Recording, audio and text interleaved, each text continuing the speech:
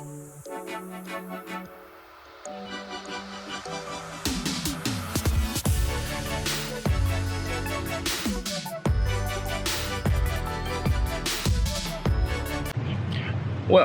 hello. Welcome from Cuba, Havana, Cuba. Man, whenever I tell you I've had a blast and a half out here, it has been absolutely amazing. Okay, there have been a few things that lack, that could be changed, like something to be desired, but that's with any place, any location, anywhere you go on earth, there's going to be something that you can change, always. And I'll say this, the people, amazing. The food, amazing. The scenery, clearly amazing. Right now I'm actually by the pool at, shoot, I forget the hotel name. It's at Lima, and I stay on the level. And it's one of those things where from the 8th floor up to the 9th floor, you get a lot of perks, so to speak. All right, so you have free breakfast, free lunch, and then as well as free drinks for like a couple hours, happy hour things like 5 to 7, something like that. And of course, they have a gigantic pool. This pool is actually the largest pool in Cuba, and it's right next to the lake. You can't see it behind these bushes, but right next to this is not the lake, but the ocean is right behind me. So it is absolutely gorgeous out here. I came down here with, it was me, my mom, and then it was a little weird because I knew, well, don't get me wrong, I knew there was going to be 2 other people that were coming with me, with us. But there ended up being like a group of like 14 people. Wasn't a bad thing, but me and this other cat, we were the only 2 youngest ones there, here. And we ripped it up for the first 2 days. Yeah, I really had to calm down because we got here Friday. So that means like Friday, Saturday, just, I don't even remember, can't even recollect half that happened. But, salud. Cubata, rum and coke. We ended up going to this club called Elime. It was the closest thing I've been to like a rave. Let's say in Austin or anything like that. So it was super dope. The only weird part is that you have people that live right next to where like you party, almost like the States. You know, there's some place where you have to, like keep it down when you're outside, but 9 times out of 10, you're cool. No big deal, right? But over here, they literally have guys that were outside like shushing you, like big 6'2" brothers shushing you, telling you like okay, because even though you're in there having fun, you got a little drunk, things happen. So they make sure that everything pretty much is copacetic and stays right. So I'm gonna try to light this Monte Cristo on camera, but you know how that happens. So we'll see how good this goes.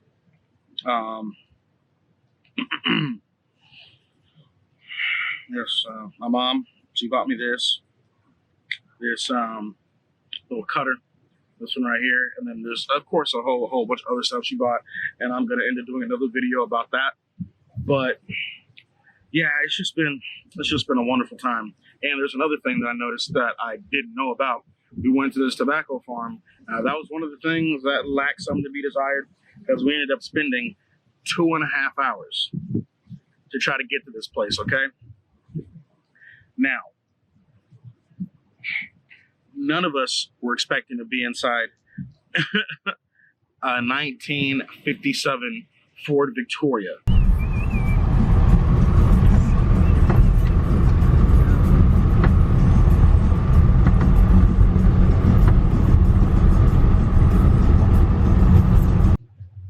Original shocks, original engine, original everything.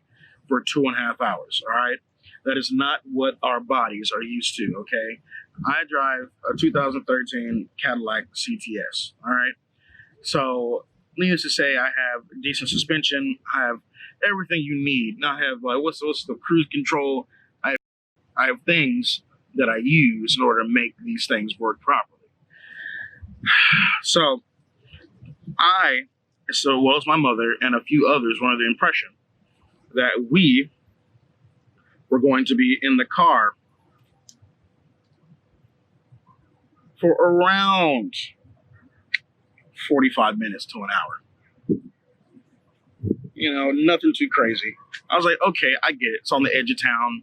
Yeah, 45 minutes is not that big of a deal to get to a tobacco factory. A tobacco farm, not a factory. All right.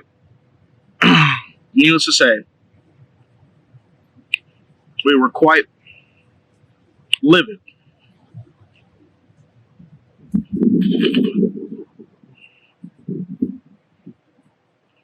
When we got to the farm and figured out that like there was no farm really. It was just a house, like a drying house where all the tobacco was, and they didn't have any tobacco leaves that they were trying to harvest for sale and stuff like that. So there's really nothing that you could really see and and videotape and film and stuff like that. I do have film that I'll cut to showing like some of the drying processes, because I think it takes like 6 months or something like that to dry leaves because you have to do it in levels. But it was only a 10-minute conversation, and we went out there for 2.5 hours.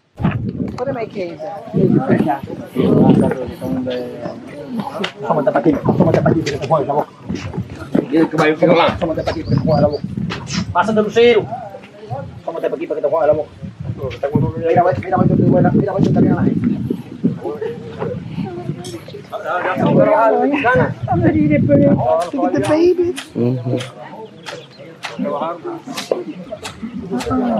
He's getting horseshoes.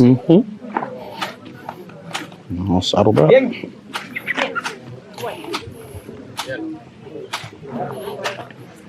Wrong way?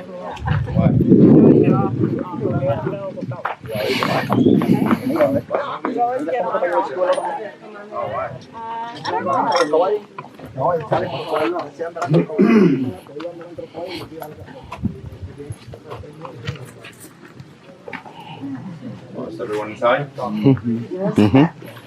Mia, will you come? Stay there. Mia, would you be coming? Okay. So season should be over. It should be starting about the month of September. This season we gotta be delayed because we have some problems with the fuel and these things. What happens? Tobacco starts in the seedbed. You go with a small tobacco, it's like a powder, you spread them all over the seedbed.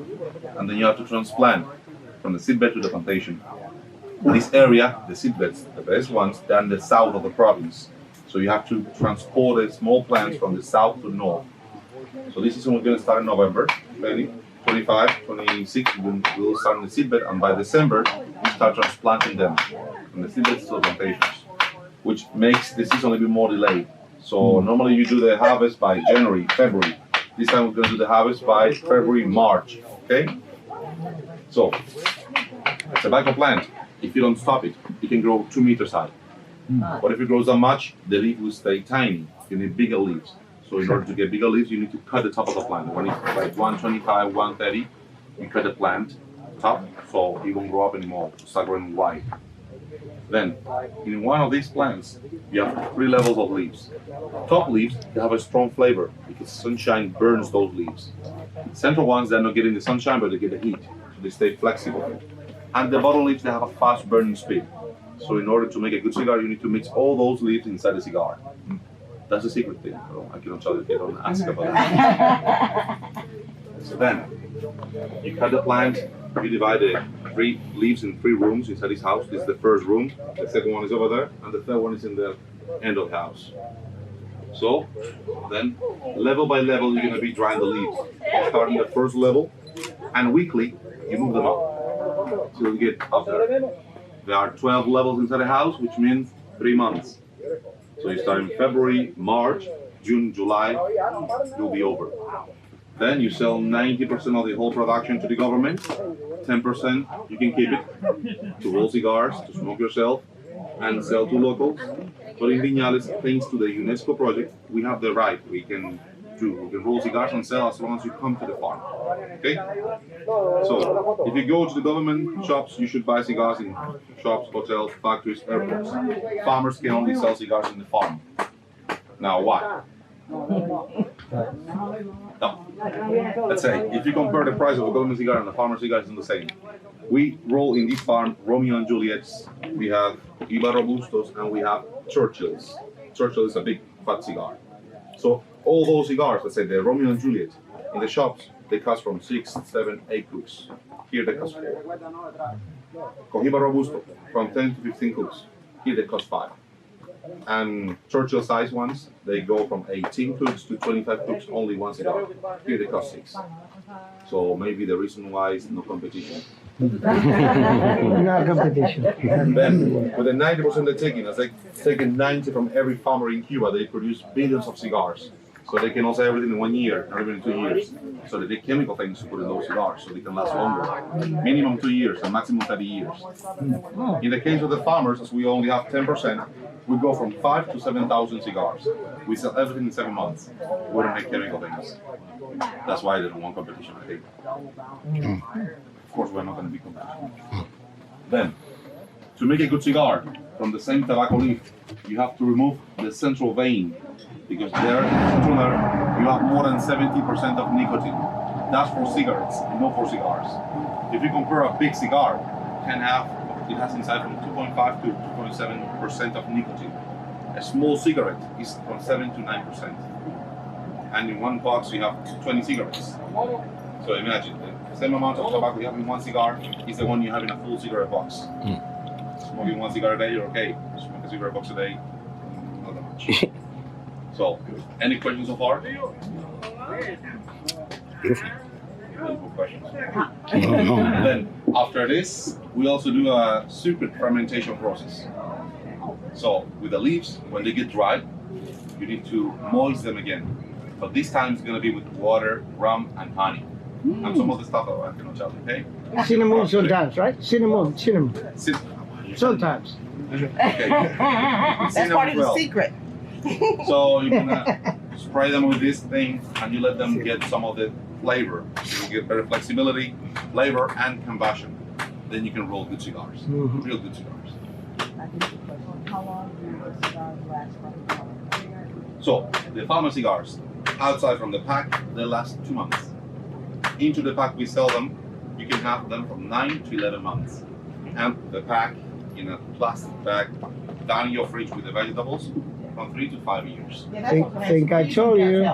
Not the freezer, The lower side, the vegetable case. Of the Crisper. refrigerator. Yeah, the Crisper. refrigerator. Okay. British way, crisp up. Okay. So down there, they can last from 3 to 5 years, but every 2 weeks, take them out so they can breathe like 20 minutes. Exactly. and then Otherwise put they will them down die. again. If you had a humidor, you can get them 10 years. Okay. Farm governments, they can get 30 years in the same humidor. That's the big difference. Yeah. Any questions so far? So now let's see how to roll a cigar and let's smoke some. Okay. Also, we have a special secret. We like to smoke them with honey. Wow. We use the honey as a filter on top. I have to smoke my own money too.